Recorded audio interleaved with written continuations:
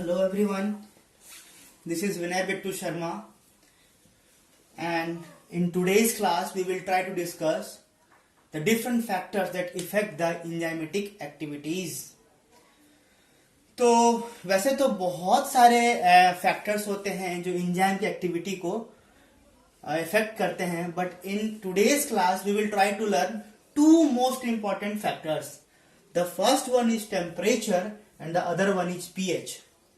In the upcoming videos, we will try to learn about concentration of substrate as one of the most important factors that affect the enzymatic activities. So चलिए आज का discussion हम start करते हैं temperature के साथ कि temperature के बढ़ने से घटने से एंजाइम के एक्टिविटी पे क्या असर होता है. तो थोड़ा सा एक ब्रीफ इंट्रोडक्शन हम लोग ले लेते हैं एंजाइम के बारे में. तो एंजाइम क्या होता है ना, बेसिकली ये वो प्रोटीनेशियस मॉलिक्यूल्स होते हैं जो कि किसी भी रिएक्शन के रेट को या तो बढ़ा सकते हैं या तो घटा सकते हैं. हमारे बॉडी में जितने भी रिएक्शंस होती हैं सब कुछ एंजाइम कैटालाइज्ड रिएक्शंस ही होते हैं, सारे के सारे.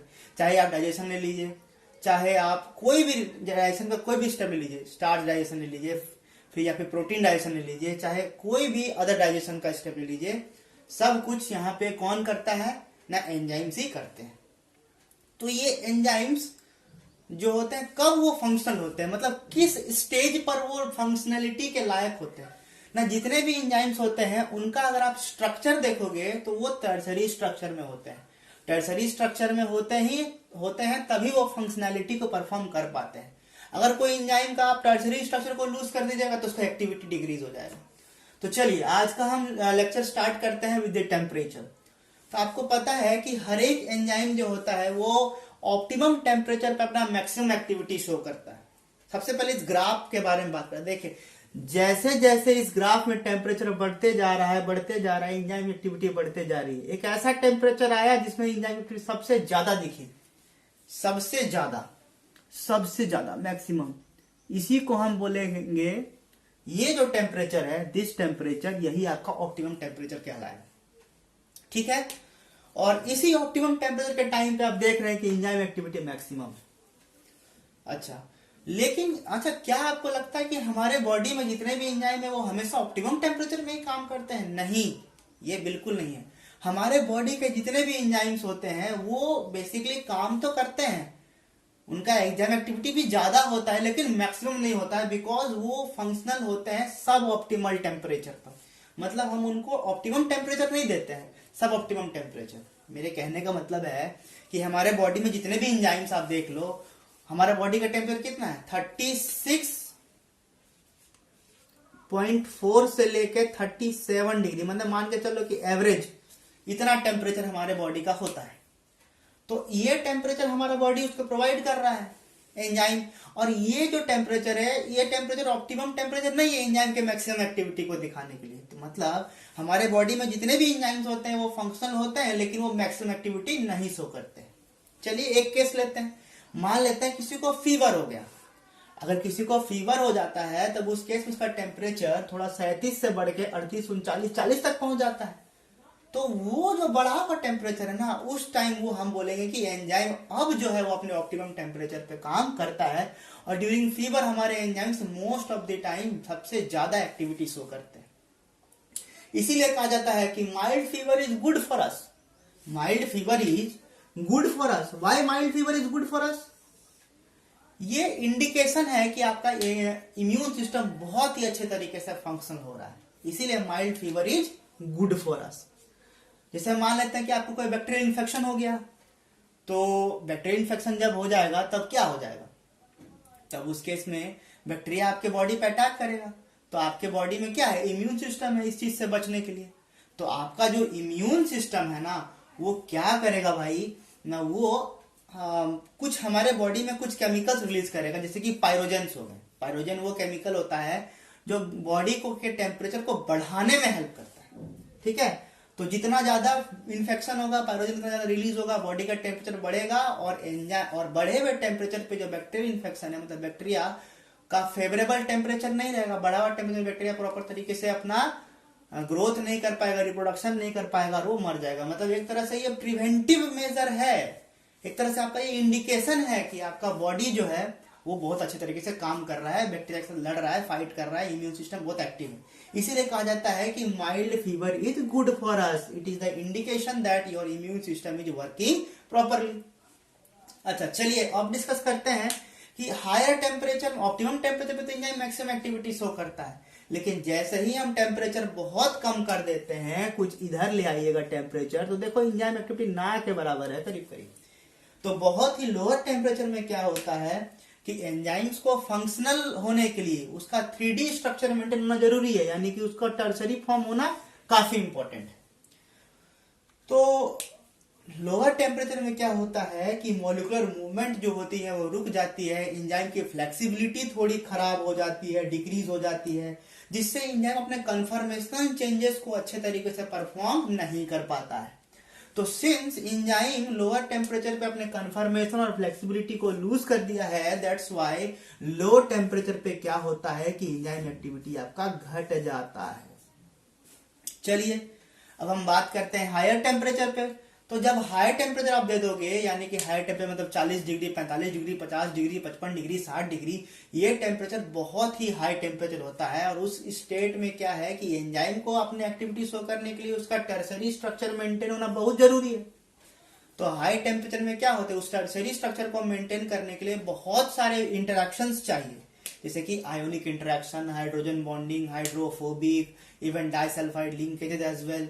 तो आप हाई टेम्परेचर जब देते हैं तो ये हाइड्रोजन बॉन्डिंग हो गया, ये आयोनिक इंटरेक्शन हो गया, या हाइड्रोफोबिक इंटरेक्शन हो गया, ये सब ब्रेक हो जाता है और एंजाइम जो होता है वो मतलब डिस्ट्रॉय हो जाता है, डीनेचर कर जाता है। हम लोग क्या बोलते हैं, एंजाइम डीनेचर कर जाता है हायर टेम्परेचर, मतलब वो अपने टर्सरी स्ट्रक्चर को लूज करके सेकेंडरी और प्राइमरी में बदल चुका है, इसीलिए एंजाइम अपना एक्टिविटी को लूज कर देता है at higher temperature. So this is all about the temperature. अच्छा, फिर एक सवाल आपके मन में जरूर आता होगा कि ऐसा क्या होता है भाई जो कि थर्मोस्टेबल एंजाइम, मतलब कुछ एंजाइम्स ऐसे होते हैं जिनको हम आइसोलेट कहां से करते हैं, थर्मस एक्वेटिकस से। आपने पीसीआर टेक्निक के बारे में जानते हैं, उसमें एंजाइम यूज होता है that is Thermus aquaticus. Thermus aquaticus use करते हैं।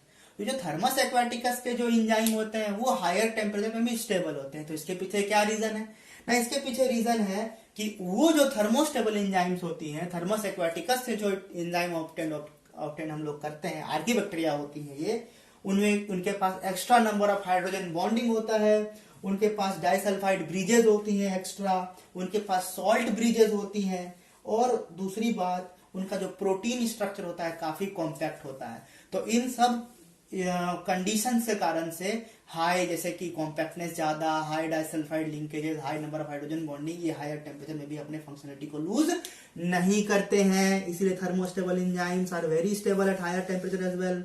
इसी कारण से इसका हम लोग इस्तेमाल पीसीआर टेक्निक में करते हैं, पॉलीमरेज चेन रिएक्शन, यानी कि it is basically a technique where amplification of DNA takes place, artificial amplification of DNA takes place by the help of polymerase chain reaction.